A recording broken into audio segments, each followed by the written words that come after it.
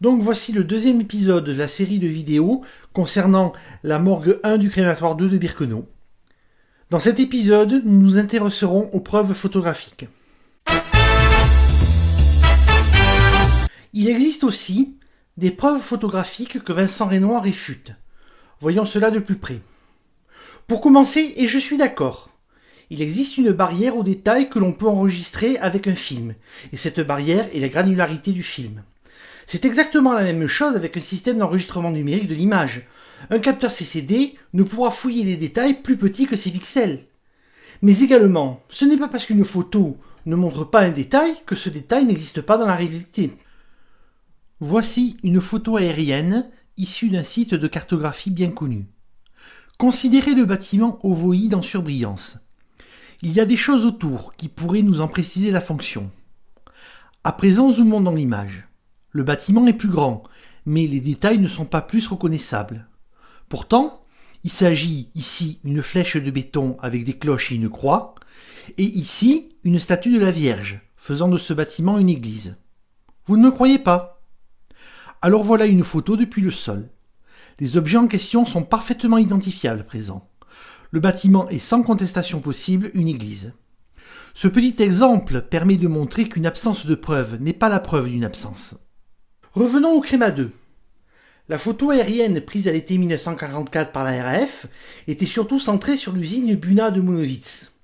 Il serait impossible de reconnaître un objet aussi petit qu'une cheminée d'introduction, et ce, même avec un fort agrandissement. Sur ce point, messieurs Keren, McCarthy et Mazal ont tort. Par contre, et là où Vincent Renoir va trop loin, c'est quand il évoque les stéréogrammes de points aléatoires.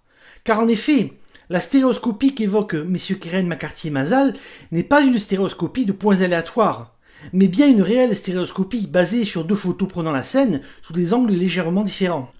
Cette photo montre néanmoins à l'œil nu 4 taches sur les toits des morgues 1 des crématoriums 2 et 3.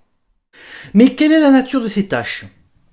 Messieurs Keren, McCarthy et Mazal ont formulé des hypothèses en rapport avec la présence dans ou à proximité de ces taches de cheminées d'introduction du Zyklon B. Ces hypothèses sont piétinement par le personnel du camp chargé de déverser le Zyklon B dans la chambre à gaz, cage contenant les cristaux usagés de Zyklon B, ou du rinçage des cages de Zyklon B. Mais Vincent Renoir rejette cette hypothèse. Le Zyklon B étant un acide faible, formule HCN pKa 9,2, il ne se dissocie que très peu dans l'eau, dissoudre étant ici un terme impropre. Pour le rendre inoffensif, il faudrait le neutraliser en versant dessus une base comme de la soude ou de la potasse. Mais ces produits ne font pas pousser de l'herbe, bien au contraire. De plus, comment de l'herbe pourrait-elle pousser en des endroits régulièrement foulés aux pieds? Je ne suis pas d'accord. Et je m'étonne d'ailleurs que Vincent Renoir, ingénieur chimiste de formation, puisse se livrer à une telle approximation. À l'entendre, dissolution et dissociation seraient deux termes à peu près équivalents, mais que dans le cas des réactions acido-basiques, seul le mot dissociation serait correct. Or ce sont deux choses tout à fait différentes, mais concomitantes. Il faut d'abord définir ce que sont la dissolution et la dissociation. Ce sont deux choses différentes mais concomitantes. Ici nous avons d'un côté de l'eau et de l'autre de l'éthanol. Nous allons mélanger ces deux produits. On observe que chaque molécule d'éthanol est entourée de molécules d'eau. Il ne se forme pas de concentration locale d'éthanol. Ensuite, c'est tout. Chaque molécule d'alcool reste intègre. On a seulement une dissolution. Maintenant, que se passe-t-il en cas de dissolution d'un acide fort? J'ai pris comme exemple l'acide chlorhydrique. On a du chlorure d'hydrogène qui se présente sous forme de gaz, puis de l'eau. On mélange ces deux produits. Le chlorure d'hydrogène se dissout dans l'eau, mais il se dissocie entièrement et disparaît en tant que tel. Au niveau moléculaire, chaque molécule de chlorure d'hydrogène va perdre un ion hydrogène positif qui va alors s'associer à une molécule d'eau pour former l'ion hydronium, caractéristique de l'acidité. Cette réaction sera irréversible. Que se passera-t-il dans le cas d'un acide faible? J'ai pris comme exemple l'acide acétique, présent dans le vinaigre. On a d'un côté les molécules d'acide acétique et l'eau de l'autre. On mélange. On observe une dissolution de l'acide acétique dans l'eau. Pour une très faible partie des molécules d'acide acétique, on aura une dissociation. Regardez en particulier ce qui se passe pour la molécule désignée par la flèche jaune. Cette molécule va perdre un ion hydrogène positif qui va s'associer à une molécule d'eau pour former l'ion hydronium. Les autres molécules resteront inchangées. Voilà une vue de la solution. La majorité des molécules d'acide acétique sont intactes et en solution dans l'eau. Pour une très faible minorité, comme celle entourée, on a une dissociation. On peut se demander alors quelle est la proportion de molécules dissociées. Cette proportion permet de définir la constante d'acidité.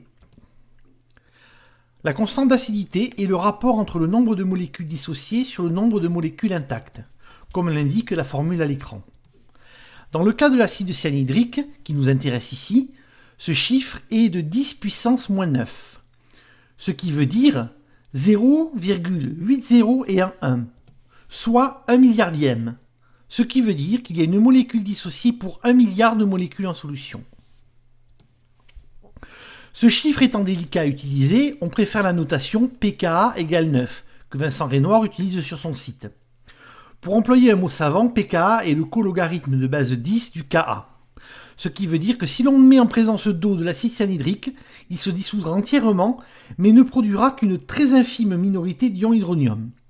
Si le but est de préparer une solution très corrosive, ce sera un échec. Par contre, s'il s'agit de capturer des molécules d'acide cyanhydrique logées dans un caillou de Zyklon B pour éviter leur évaporation, ce sera efficace. Donc, il est tout à fait possible de dissoudre du cyanure d'hydrogène en quantité dans l'eau.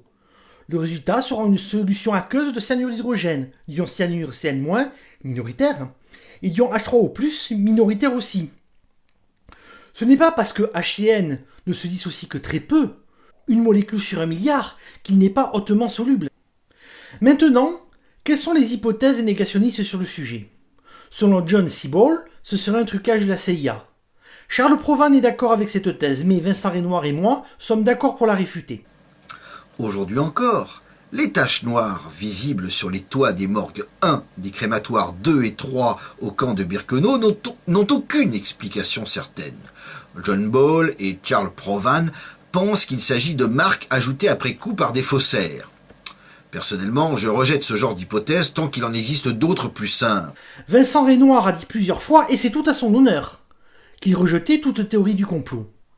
L'hypothèse de John Seaborn est effectivement le type même d'hypothèse formulée dans toutes les théories complotistes, impliquant dans de grands événements les services secrets de puissances occidentales.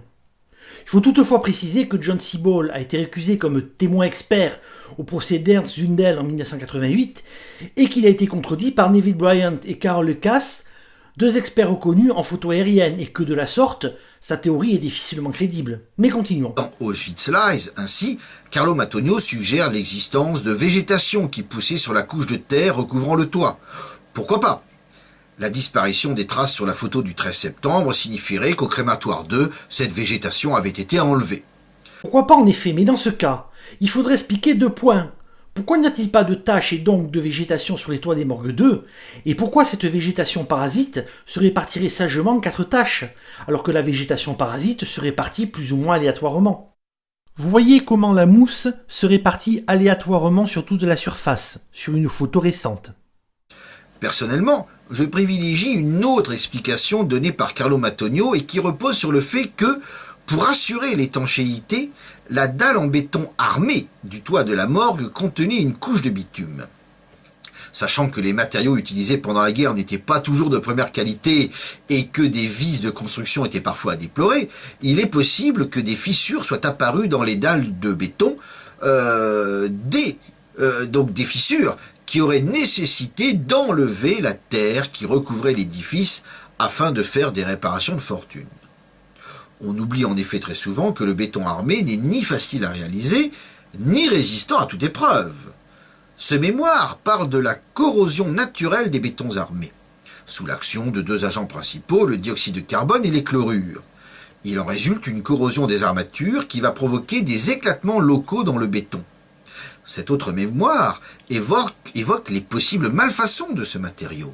L'auteur souligne qu'un béton trop faiblement dosé en ciment se fissurera pour laisser les armatures apparentes. Ici, On insiste sur le fait qu'un béton dans lequel on a mis trop d'eau pour le placer plus facilement, ou qui a subi le gel, peut perdre 50% de sa résistance à la compression. Un surplus d'eau est une cause récurrente des malfaçons. Là, l'auteur appelle l'attention sur la nécessité d'un ferraillage bien placé et d'une adhérence parfaite, sans quoi le béton pourrait se déformer puis se briser. Dans cet ouvrage de 1914, enfin, on signalait les dangers des transports de matériaux sur du béton fraîchement coulé, ainsi que des coffrages mal assujettis. On le voit. Les causes de malfaçon sont nombreuses. Sachant qu'à Birkenau, les constructions furent menées en pleine période de rationnement et au cours de l'hiver polonais, l'hypothèse de défaut est concevable. Autre hypothèse évoquée, une fissuration du béton. En effet, la dalle du toit est constituée de 2 couches de béton prenant en sandwich une couche de papier bitumineux. Sur cette vue, on voit la structure de la dalle, avec une couche inférieure de béton de gravier, une couche de papier bitumineux et une très fine couche de béton de sable. Il serait possible que cette couche très fine de béton effectivement se soit fissurée, d'autant que le gel a gêné les travaux et a retardé le décoffrage de cette dalle. Par contre, comme on l'a vu, cette couche supérieure de béton est extrêmement fine et ne comporte pas de ferraillage. C'est un simple revêtement. Les hypothèses de fissuration dues à l'interaction chimique avec les fers à béton est ici à exclure. L'analyse des taches montre que celles-ci sont situées sur ou proche de l'axe central du toit, c'est-à-dire là où la dalle reposait sur les piliers de soutènement. On peut imaginer que la compression et les déformations subséquentes aient endommagé le toit, découvrant le ferraillage, voire par endroits la couche de bitume. Pendant la belle saison de l'année 44, la terre aura été retirée des morgues 1 afin d'assécher la dalle victime d'infiltration d'eau en prévision de travaux de réfection. Voilà peut-être pourquoi le cliché aérien d'août 1944 montre des taches sur la morgue 1 du crématoire 2. Telle est l'hypothèse que je privilégie, tout en admettant qu'elle n'est pas la seule envisageable et qu'elle n'a rien de définitif. L'argument de la compression des piliers de soutènement pour expliquer la proximité des taches avec l'axe central pourra impressionner le néophyte. Mais il faut savoir que le béton est justement beaucoup plus résistant à la compression qu'à la flexion. Vous voyez à l'écran une structure de béton classique constituée de 2 appuis, piles de béton ou murs peu importe, et une pièce horizontale en appui sur ses extrémités. Voici le poids qui s'exerce en chaque point de cette structure horizontale, représenté par ces flèches noires. Comme la pièce horizontale ne tombe pas, c'est qu'il y a une réaction des piliers représentée par les flèches rouges. Si on examine ces forces, on constate qu'elles se compensent aux extrémités, mais qu'elles compressent les dites extrémités. Par contre, au centre, seul le poids s'exerce, et c'est par sa rigidité que la pièce horizontale tient. Par contre, elle est soumise à une force de flexion, force à laquelle le béton est le plus sensible. Sous l'effet de son propre poids, les forces de flexion seront les plus fortes à plus grande distance des points d'appui. Les taches devraient donc se trouver soit entre les piliers, soit à mi-distance entre l'axe central et les bords, soutenus par la maçonnerie des murs. De plus, la dalle ne repose pas directement sur les piliers de soutènement, mais sur une poutre centrale de béton armé qui, elle, repose sur les piliers. On voit ici la poutre de béton armé soutenant le toit. On voit donc difficilement pourquoi le béton se serait spontanément fissuré. Justement là où la dalle est la plus solide et ne subit que des forces de compression, et pas là où elle est le plus fragile et la plus susceptible de subir des forces de flexion. De plus, le toit de la morgue 2, plus large et donc présentant une portée plus importante, ne présente pas ces fissures. Et c'est la même chose au crématoire toit. Morgue 2 sans tache et tache sur la morgue 1. L'hypothèse du béton fissuré s'expliquerait alors par le piétinement du toit. Le béton fin supérieur aurait cédé à force d'être foulé au pied. Il y a 4 taches sur les 2 morgues 1 des crématoires 2 et 3. 4 comme les systèmes d'introduction du Zyklon B. Et aucune tache sur les morgues des crémas 2 et 3.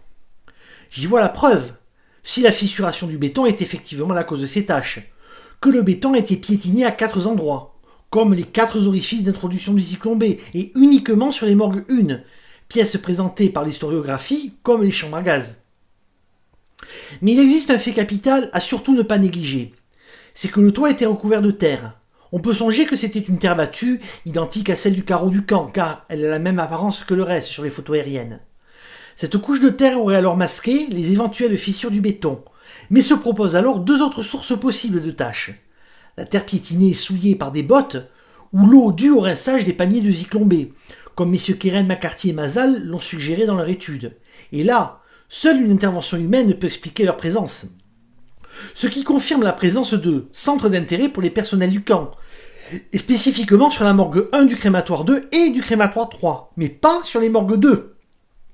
Or, selon l'historiographie, qu'y a-t-il sur les toits des seules morgues numéro 1 en 4 exemplaires? Mais ce n'est pas fini. Vincent Renoir, pour rejeter la preuve que constituent ces taches de la présence des systèmes d'introduction du Zyklon B, a dit la chose suivante. Oui, admettons que les taches noires correspondent au piétinement de gens autour d'ouvertures et que les zones ombrées permettent de reconstituer la trajectoire de ceux qui se déplaçaient sur le toit. Dans ce cas, on devrait retrouver le même genre de dessin sur la morgue 1 du crématoire 3. Or, le schéma à l'écran démontre qu'il n'en est rien. Pour 3 des 4 ouvertures, les taches noires ne peuvent évidemment pas être analysées comme les traces laissées par le piétinement des SS autour des cheminées d'introduction. Quant à la trajectoire reconstituée, elle est bien farfelue. On comprend donc le silence observé par messieurs Keren, McCarthy et Mazal à propos du crématoire 3. Dans leur étude, on ne trouve aucun schéma des taches visibles sur la morgue 1 de ce crématoire 3. J'y vois un aveu de taille, l'aveu que le toit du crématoire 3 ruine leur argument qui invoque les trajectoires et autres piétinements. On a ici un exemple de la méthode hypercritique. Cette méthode littéraire à la base, et donc parfaitement maîtrisée par Robert Faurisson, professeur agrégé de lettres, a été introduite par lui dans le négationnisme. Quel est le cheminement mental? On décrète une méthode pour faire un acte particulier. En l'occurrence, on pose l'axiome que, pour mettre du Zyklon B dans la chambre à gaz, les personnels des camps montent sur le toit par le petit côté libre, le côté sud dans le cas du crématoire 2, et vont au plus court entre ce bord et les différents orifices. Si un fait passé au crible peut permettre de prouver un changement d'un iota à cette méthode, c'est toute la réalité de l'acte qui est remise en question. Ici au crématoire 3, la trajectoire semble être erratique et ne pas correspondre à celle du crématoire 2. Donc, les tâches du crématoire 3 ne sont pas dues à l'introduction de Zyklon B, et donc les tâches du crématoire 2 non plus. Donc, pas d'introduction de Zyklon B, no hole, no holocaust, CQFD. Seulement, pourquoi les SS auraient dû se comporter exactement comme messieurs Renoir et Faurisson l'ont décrété des dizaines d'années après? Pourquoi ne serait-il pas monté, dans le cas du crématoire 3, et pour une raison quelconque sans importance ici, par les côtés Est et Ouest? Ce qu'il faut constater est qu'il existe tant pour les crématoires 2 que pour les crématoires 3, 4 tâches sur les toits des morgues 1, et pas des morgues 2, et qu'il n'existe que des raisons d'origine humaine pour les expliquer. Peu importe de savoir par quel côté ils sont montés sur les toits et quels itinéraires ils ont empruntés. Après nous être intéressés aux photos aériennes, voyons maintenant la photo prise au sol. En plus de ces photos aériennes, il existe une photo prise au sol du toit de la morgue 1 du crématoire 2 de Birkenau. Cette photo a été analysée par Jean-Claude Pressac, messieurs Keren, McCarthy et Mazal du côté exterminationniste, et par Carlo Mattugno et Vincent Renoir du côté négationniste. Mais avant de passer au sujet proprement dit, il est important de définir la question de l'impression offset et du tramage. En effet, une version de cette photo est une version imprimée sur l'album d'Auschwitz. Une caractéristique de l'impression offset, celle utilisée dans l'impression de journaux quotidiens par exemple, mais aussi dans toute impression industrielle, est qu'elle ne peut imprimer des demi-tons. Soit l'encre est appliquée sur le papier, soit elle ne l'est pas. Pour contourner cette difficulté, dans le cas du noir et blanc par exemple, on imprime, pour imprimer un gris, un nuage de petits points noirs, régulièrement espacés et suffisamment rapprochés pour n'être pas distinguables. L'œil fera la moyenne entre la quantité de noir et le fond blanc et restituera un gris. L'intensité de gris sera modulée par la taille des points. Pour illustrer mon propos, voici l'image d'un œil au centre de l'écran. Cette image donne l'impression d'être légèrement granuleuse, mais de présenter tout de même des niveaux de gris. Pourtant, si on zoome à l'intérieur de l'image, voici ce que l'on observe. Premier exemple, le dessus de la paupière. Cette zone sur la photo originale qui apparaît gris clair est en fait constituée d'une somme de petits points noirs assez espacés. Deuxième exemple, sur le côté gauche de l'image, où là la zone est d'un gris beaucoup plus soutenu. Quand on zoome dans l'image, on se rend compte que l'on observe des petits points noirs, plus gros que précédemment, qui donnent cette sensation de gris plus soutenu. Maintenant, si on zoome au niveau de la pupille de l'œil, là on se rend compte qu'on a une image complètement noire au milieu, c'est la couleur de la pupille, et autour, les nuances de gris qui sont rendues par des points de taille différentes. Néanmoins, ce principe a ses limites. En effet, plus les points seront rapprochés, et plus la photo pourra fournir de détails.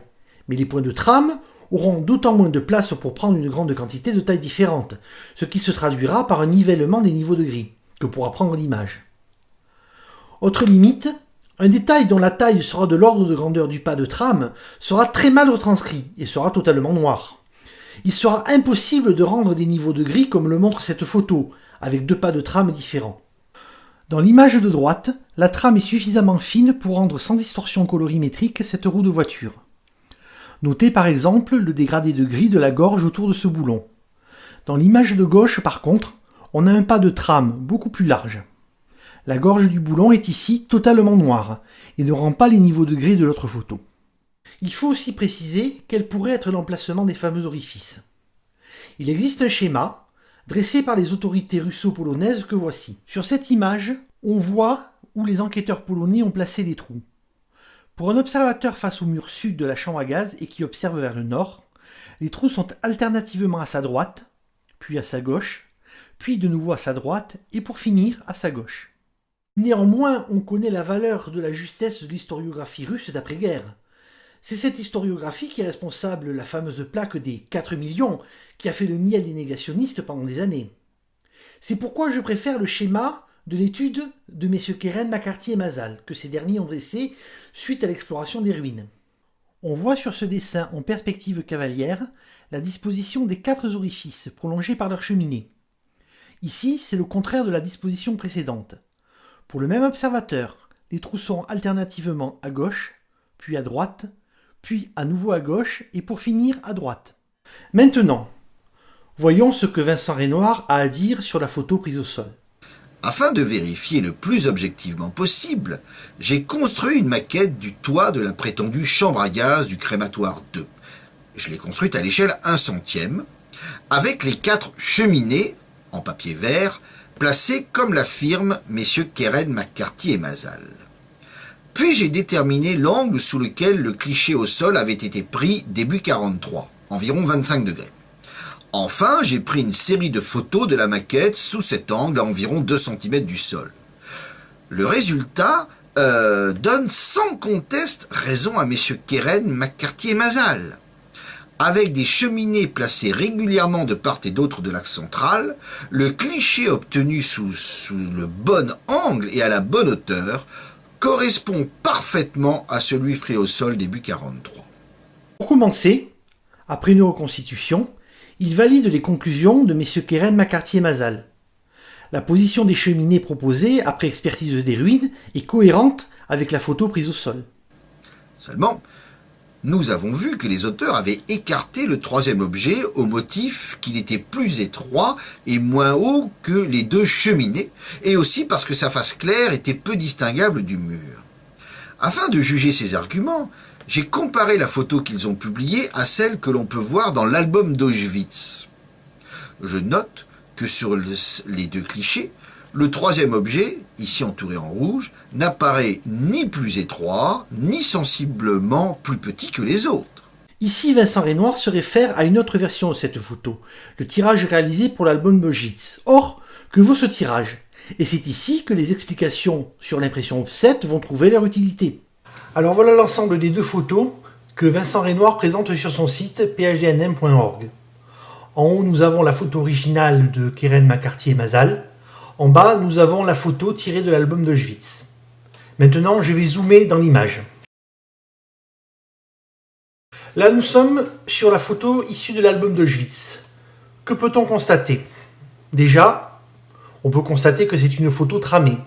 On voit ici la structure en petits points. Et c'est ainsi que tout ce que j'ai expliqué sur l'impression offset va trouver son utilité.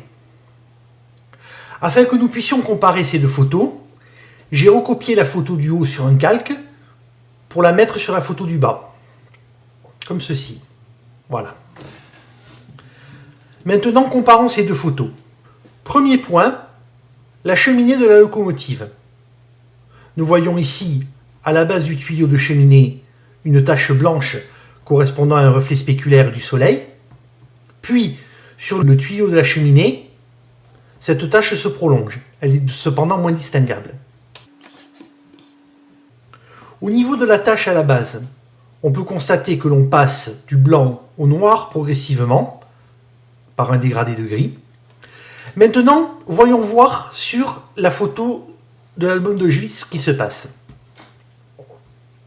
Alors là, on peut constater qu'on passe directement du blanc au noir. Les niveaux de gris ne sont absolument pas respectés. La trace de lumière sur le tuyau de la cheminée a totalement disparu. Mais ce n'est pas tout. Sur la photo originale, on peut constater que le mur, ici, est beaucoup plus clair que le mur ici, avec une ligne de séparation nette entre ces deux fenêtres. Mais, voyons voir sur la photo de l'album d'Auschwitz, on a un aplat uniforme. On ne voit plus du tout la séparation entre les deux sections de mur. Ici, nous avons le mur nord de la morgue. On voit quand même une certaine texture, on voit des ombres, on voit des lumières. Sur la photo de l'album d'Auschwitz, c'est tout juste si on le distingue. Ici, nous avons une descente d'eau pluviale qui est parfaitement visible et parfaitement nette. Sur la photo de l'album d'Auschwitz, on voit le début, mais après on ne voit absolument plus rien. Ce qui veut dire que c'est une photo, certes tramée puisqu'elle est issue d'un livre, mais qui a été extrêmement maltraitée par l'imprimeur. Énormément de niveaux de gris ont été écrasés, beaucoup de détails ont été perdus, et donc cette photo est totalement inexploitable. Et j'estime qu'utiliser cette photo pour en tirer des conclusions, ce n'est pas très judicieux, et j'irai même jusqu'à dire que ce n'est pas très honnête. Ce qui veut dire que les conclusions que l'on peut déduire de ce tirage n'auront aucune fiabilité. La façon dont la photo a été mutilée par le tirage ne permet absolument pas de conclure quoi que ce soit en se basant sur les niveaux de gris, très distordus. Il l'est un peu, mais les effets de perspective et d'intensité lumineuse expliquent ces petites différences. C'est visible sur l'agrandissement de la maquette. La morgue étant inclinée, les ouvertures 1 et 2 sont plus bas, donc présentent un sommet moins haut que les ouvertures 3 et 4. Sur la photo publiée par les 3 exterminationnistes, traçons une droite qui joint les sommets des ouvertures 3 et 4, traçons maintenant la parallèle qui passe par le sommet de l'ouverture 1, on s'aperçoit qu'elle passe par le sommet de l'objet X. Cet objet n'est donc pas plus petit que les autres. Quant à sa prétendue étroitesse, il s'agit simplement d'un effet d'optique dû à l'affadissement des ombres au fur et à mesure que l'on s'éloigne. La partie sombre de l'ouverture 1 est plus foncée que celle de l'ouverture 2, qui est elle-même plus foncée que celle de l'objet X. Voilà pourquoi ce dernier apparaît plus fin, alors qu'il ne l'est pas. La question se pose alors de savoir pourquoi l'ouverture 4 présente un côté très foncé, ce qui paraît assez illogique. Vincent Renoir nous parle d'affadissement des ombres entre les objets 1 et 2, et entre l'objet 2 et l'objet X. Le but étant d'intégrer cet objet que messieurs Keren, McCarthy et Mazin ont écarté, pour infirmer leurs conclusions quant à la nature des objets 1, 2 et 4, soit des cheminées d'introduction de Zyklon B. Il a toutefois l'honnêteté, cette fois-ci, de se référer à la bonne photo. Voyons voir ce qu'il en est. Vincent Renoir, dans l'extrait vidéo que nous avons vu, cherche à intégrer l'objet X dans le dégradé des ombres entre les objets 1, 2 et 4. Voyons voir ce qu'il en est. Pour ce faire, j'ai échantillonné chacune des ombres des objets en question.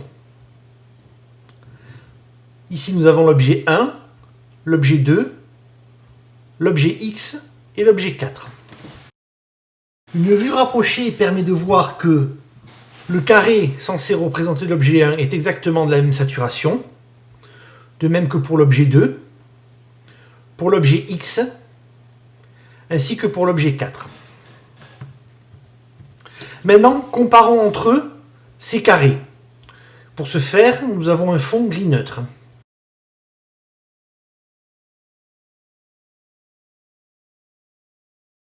Alors voilà les objets en question. Ici, l'objet 1, l'objet 2, l'objet X, l'objet 4. On peut constater effectivement entre les objets 1, 2, un dégradé d'ombre que l'on retrouve également entre l'objet 2 et l'objet 4. Normalement, l'objet X, pour s'intégrer à ce dégradé, devrait se situer entre ces deux carrés. C'est-à-dire, il devrait être plus clair que celui-ci et plus foncé que celui-là. Voyons voir. On se rend compte que ce carré qui représente l'objet X est très nettement plus clair que le quatrième objet. Ce qui veut dire qu'on ne peut absolument pas l'intégrer au dégradé de gris, comme Vincent Renoir veut nous le faire croire. Cet objet donc, si on se place du côté des ombres, n'a rigoureusement rien à voir avec les autres. La preuve est faite. Messieurs Keren, McCarthy et Mazal ont eu tout à fait raison d'écarter cet objet X. Mais Vincent Renoir persiste et signe, et pour ce faire, il reprend la photo douteuse de l'album d'Auschwitz. Le problème s'épaissit quand on s'aperçoit que sur la photo issue de l'album d'Auschwitz, l'ouverture 4, entourée en rouge, est effectivement plus claire alors que l'objet X, entouré en orange, est aussi sombre que les deux autres ouvertures. J'ai déjà démontré que cette photo est inutilisable. Les conclusions que l'on peut tirer de son analyse seront donc sans valeur. Alors, il produit un troisième tirage. Présenté-lui par Jean-Claude Pressac. On me répondra que la photo publiée en 1989 par Jean-Claude Pressac ressemble à celle diffusée par messieurs Mazal, Keren et McCarthy. C'est vrai, mais cela laisse subsister mon analyse première. En jaune, les deux traits parallèles démontrent que l'objet X a une grandeur en rapport avec les deux autres ouvertures. La flèche rouge, quant à elle, souligne le dégradé des faces sombres des ouvertures 1 et 2, puis de l'objet X. Or, l'ouverture 4 apparaît bien plus sombre qu'elle ne devrait l'être. On peut également douter de cette photo. On constate d'ailleurs qu'il s'agit également d'une photo tramée. Il conclut que l'objet 4 est trop sombre, mais j'ai déjà démontré qu'il n'en était rien. Les objets 1, 2 et 4 suivent un dégradé dans les niveaux de gris, et l'objet X est un parfait intrus dans ce dégradé. L'objet 4 est de même nature que les objets 1 et 2, l'objet X est d'une toute autre nature. Je me garderai bien d'accuser quiconque de tricherie. Mais on doit constater que les arguments donnés par messieurs Mazal, Keren et McCarthy pour écarter le troisième objet ne sont nullement convaincants. De façon évidente, les auteurs voulaient l'oublier parce qu'il les gênait dans leur démonstration. Mais en vérité, cet objet ressemble fort aux deux autres. Il n'est pas plus petit et son étroitesse n'est qu'apparente. Quant à prétendre qu'il serait trop clair pour être de même nature que les autres, la noirceur de l'ouverture 4, qui devrait être plus claire encore que l'objet X, démontre qu'on ne peut pas déduire grand-chose de l'intensité des teintes. Bref, cet objet X n'apparaît nullement comme un intrus. Dès lors, s'il ne s'agit pas d'une cheminée d'introduction, c'est que les trois autres objets n'en sont pas non plus. Et s'il s'agit d'une cheminée d'introduction, alors pourquoi n'est-il entouré d'aucune zone d'ombre sur les clichés aériens? Là, c'est sa conclusion. L'objet X est de même nature que les autres. L'objet X ne figure ni sur les plans ni sur les photos aériennes, donc ce n'est pas une cheminée. Et comme il est identique aux autres, les autres n'en sont pas non plus. Et voilà, plus de trous. Seulement, on part d'une prémisse totalement fausse. L'objet X a été écarté avec raison par messieurs Keren, McCarthy et Mazal, et n'a rien à voir avec les autres, comme j'ai démontré dans l'analyse de la seule photo exploitable. Et en partant d'une prémisse fausse, le syllogisme devient totalement faux. C'est pourquoi je rejette les conclusions de Vincent Renoir, obtenues grâce à une méthodologie discutable et des raccourcis logiques bizarres. Ce deuxième épisode est maintenant terminé. Je vous donne rendez-vous très bientôt pour le troisième et dernier épisode de cette étude. Nous nous intéresserons aux témoignages, à l'étude des ruines et nous ferons également un petit peu d'allemand.